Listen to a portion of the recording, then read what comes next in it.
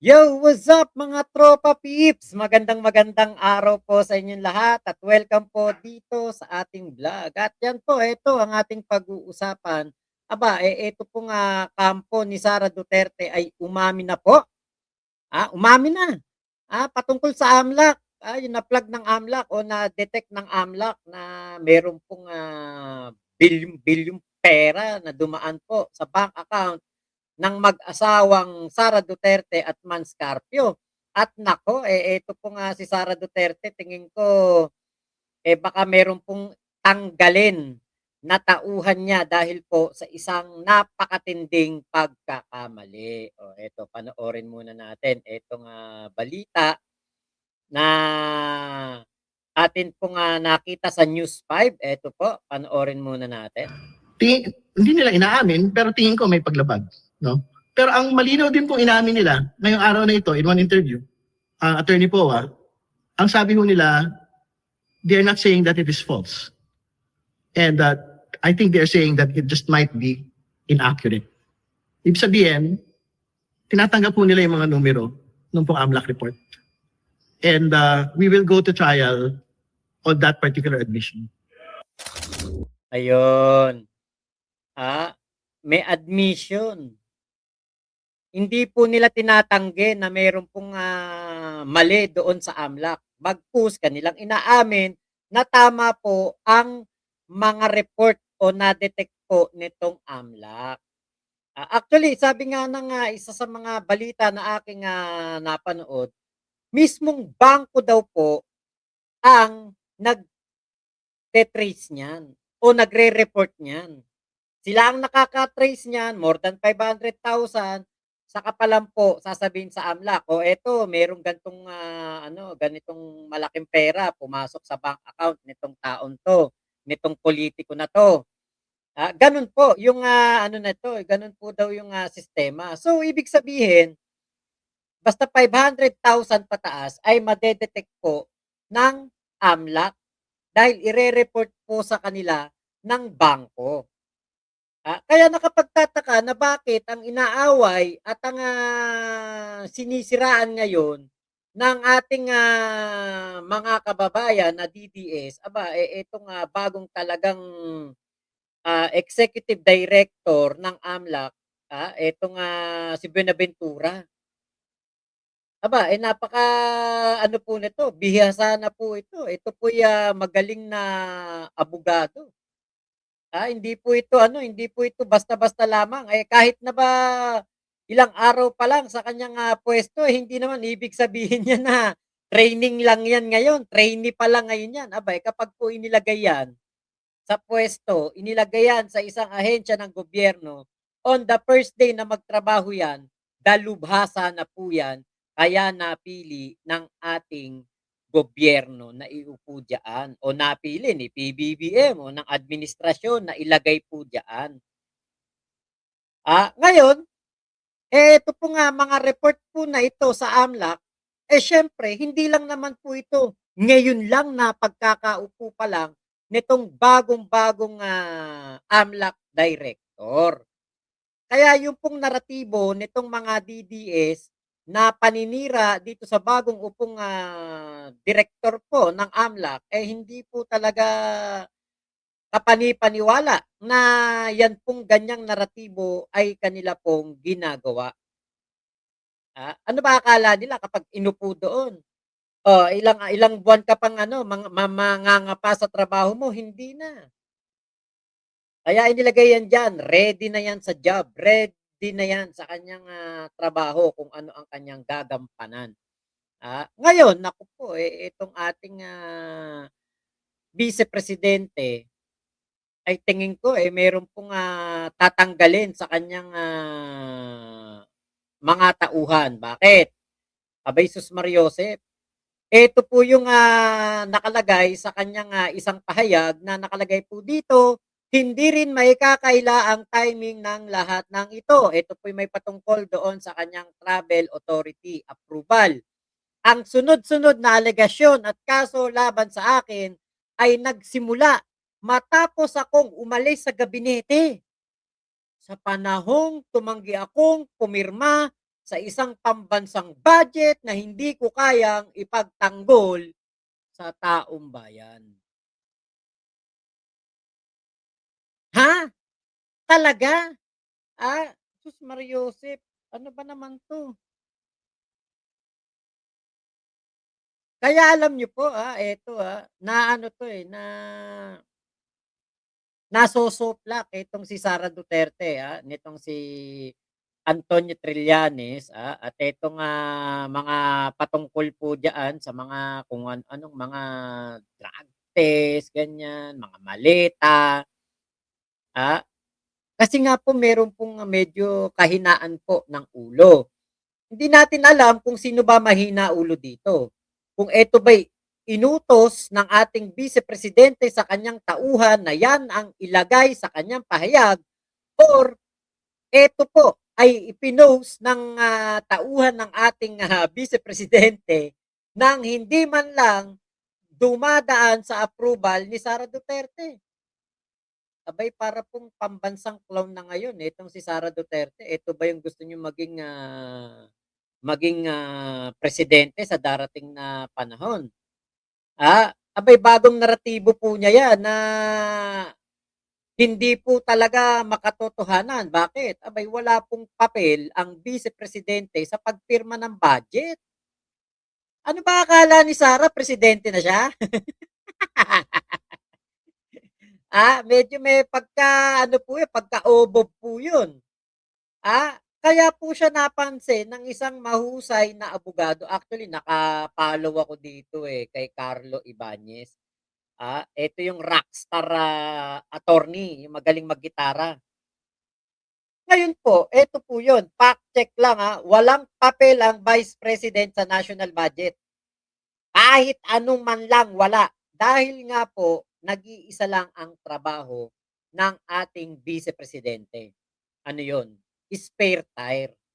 Yun lang ang trabaho niya, wala ng iba.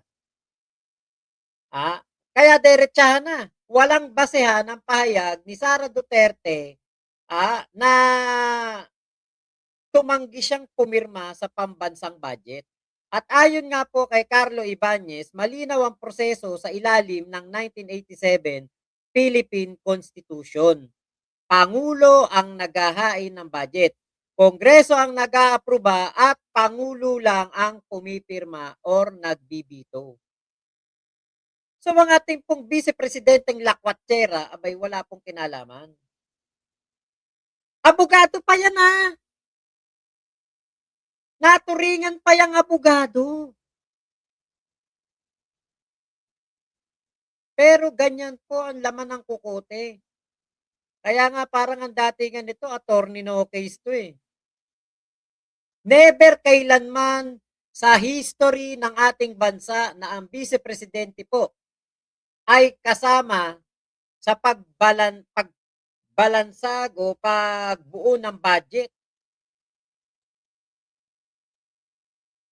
Nakakatawa lang po talaga na yan po ang, naging pahayag ng ating Vice Presidente. Ngayon ang tanong, sino ba nag-post nito?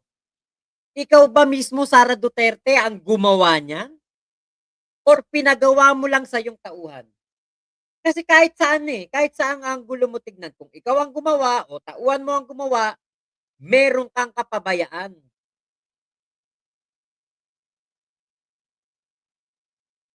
Nagpiling ano ka naman kaagad, piling presidente ka naman. Ah, Biruin mo, hindi ka naman kasama kailanman sa pagbuo ng budget. 'Di ba tatay mo naging presidente, hindi mo ba alam 'yun na si Lenny hindi kailanman sumama sa pagbuo ng budget nung ang tatay mo ang presidente?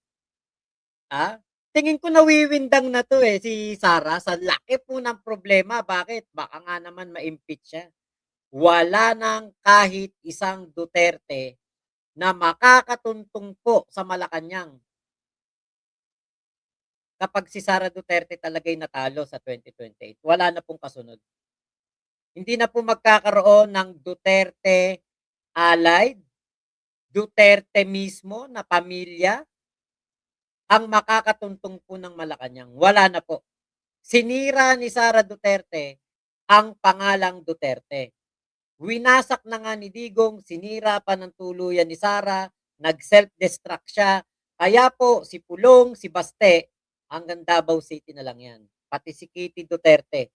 Baka malay natin, baka may makaakyat hanggang Senado. Kongresista, Senado, ganyan, congressman, baka hanggang gano'n na lang. Pero yung sasabihin na magiging presidente, kasi nakita naman natin 'di ba si Noynoy, naging presidente anak ni Cory. Etong si Diosdado Macapagal anak naman etong si Aling Maliit. Naging presidente din si Gloria 'di ba? Kahit papaano nagkakaroon po ng ano, ng ganyan na parang, yung anak nagiging presidente dahil presidente yung kanyang magulang. O si PBBM, Ferdinand Marcos Sr., tatay niya, 'di ba? Pero dito tingin ko wala. Sinusuka po ng mga Pilipino at sinusumpa ng mga Pilipino ang pagkakaroon ng isang Duterte sa Malacanang. Binaon tayo sa utang, napakaraming ginurgur, kinampihan ng mga tsekwa, at pinaburan ang mga ilegalista. Kaya po, ngayon, mga tropa pips ko po, simple lang po ang tanong natin ngayon. Pero po, ito po yung tanong na iniiwasan sagutin. Nasaan ang bilyon? Simpleng-simpleng tanong lang. Meron daw pong 6.7 billion na pumasok Saan napunta yun? Kung dumaan lang. Ngayon, hindi po ito chismis, hindi rin po ito opinyon. Ito po ay numero, dokumentado, may mga dokumento, at ito po ay bank records. At kapag pinagsama-sama po natin, may isang bagay po na hindi na maitatago. Ang perang pumasok. Yan po yung hindi po maitatanggi, hindi po maitatago. Ayon po sa AMLAC, 4.4 billion ang pumasok sa accounts ni Inday Sara at ng kanyang asawa.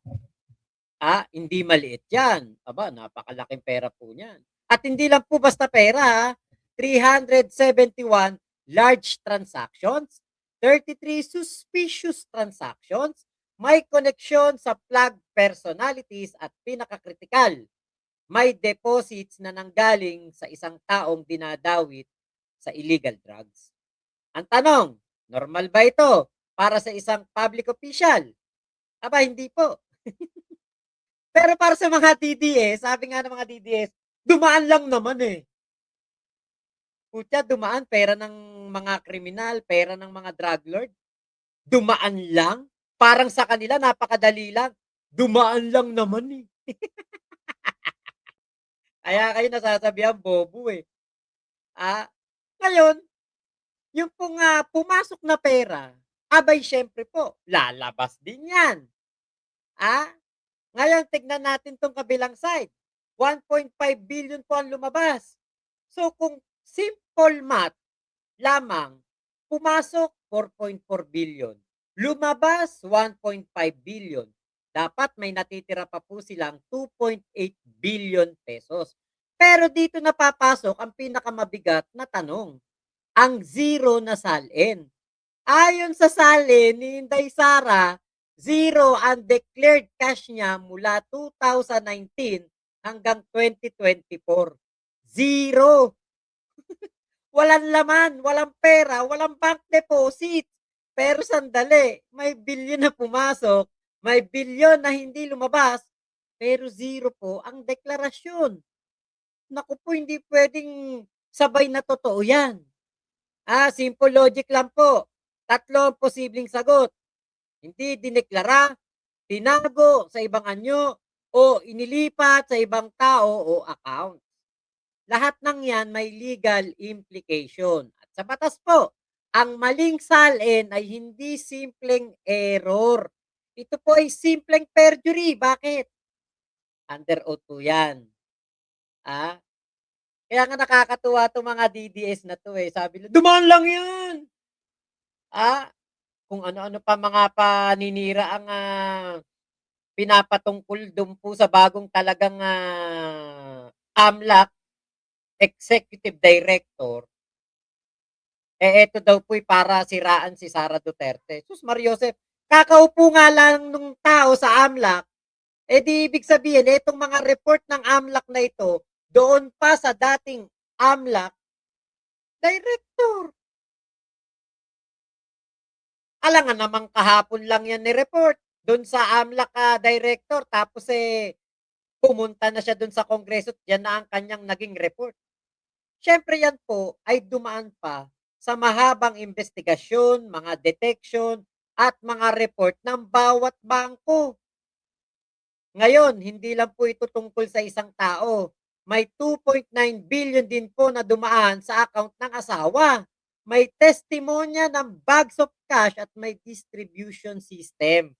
Cash, maleta, walang resibo. Aba, tama nga yung sinabi ni Sara Duterte. Ang magnanakaw, hindi ilalagay sa bangko ang kanyang ninakaw. Saan niya inilalagay? Sa maleta daw po. Aba, alam na alam ni Sara Duterte. Ah, bakit kaya? Ba't kaya alam na alam niya ang style? Ngayon ito po yung mga classic signs ng off the books transactions.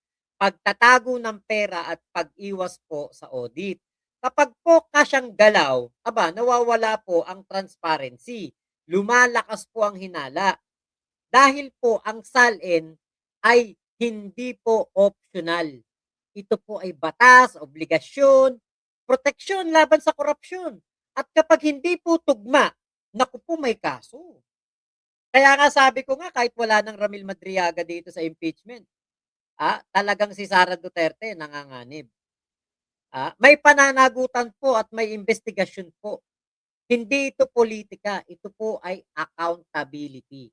Kaya po balikan natin, 4.4 billion hindi pumasok, 1.5 billion lumabas, 2.8 billion dapat natira, zero po ang dineklara. Paano pa yung doon sa sa asawa, 2.9 billion po yun. Hindi po ito hindi po ito, politika. Ah, Ito po'y accountability.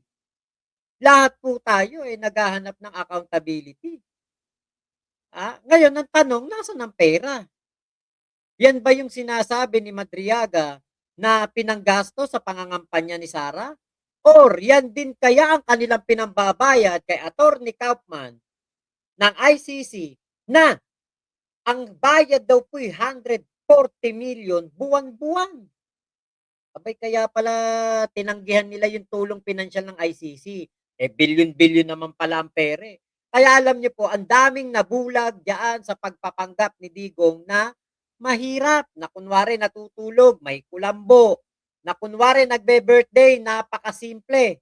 Pero yun pala, Diyos ko day, napakalaking pera pala ang binulsa nitong mag-ama na ito noong panahon na si Digong ang presidente.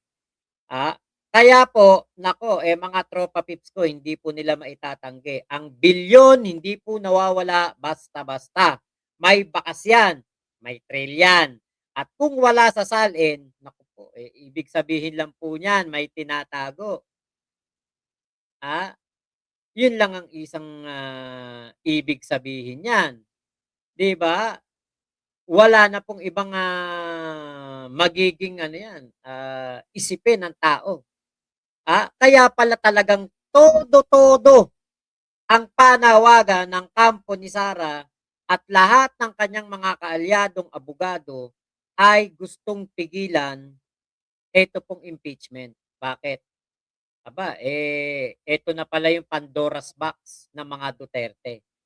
Napatunayan na din po na may katotohanan talaga ang mga sinabi nitong si Trillanes. 10 years ago, vindicated si Trillanes dahil po dito. Kaya pala galit na galit si Digong kay kay Trillanes at talagang inambaan pa ng mic doon po sa Quadcom hearing. Kasi eto pala yung katotohanan. Hindi naman po 'to makakapagsinungaling si Sara, saka si Digong. Alam niyo kung bakit? Hindi naman po AMLAC ang nag-detect niyan. Bangko po mismo ang nag-report sa AMLAC. Bangko mismo ang naka-detect niyan. Kaya better luck next time na lang. Sa mga Duterte, malabo na po na may maupong Duterte sa Malacanang. So yun lamang po, maraming salamat sa pagsama nyo dito sa aking vlog na ito. Ingat po kayo, nasa mang panig kayo ng mundo. Mama chup chup, love you, God bless us all, Pilipinas. God first. Bye-bye.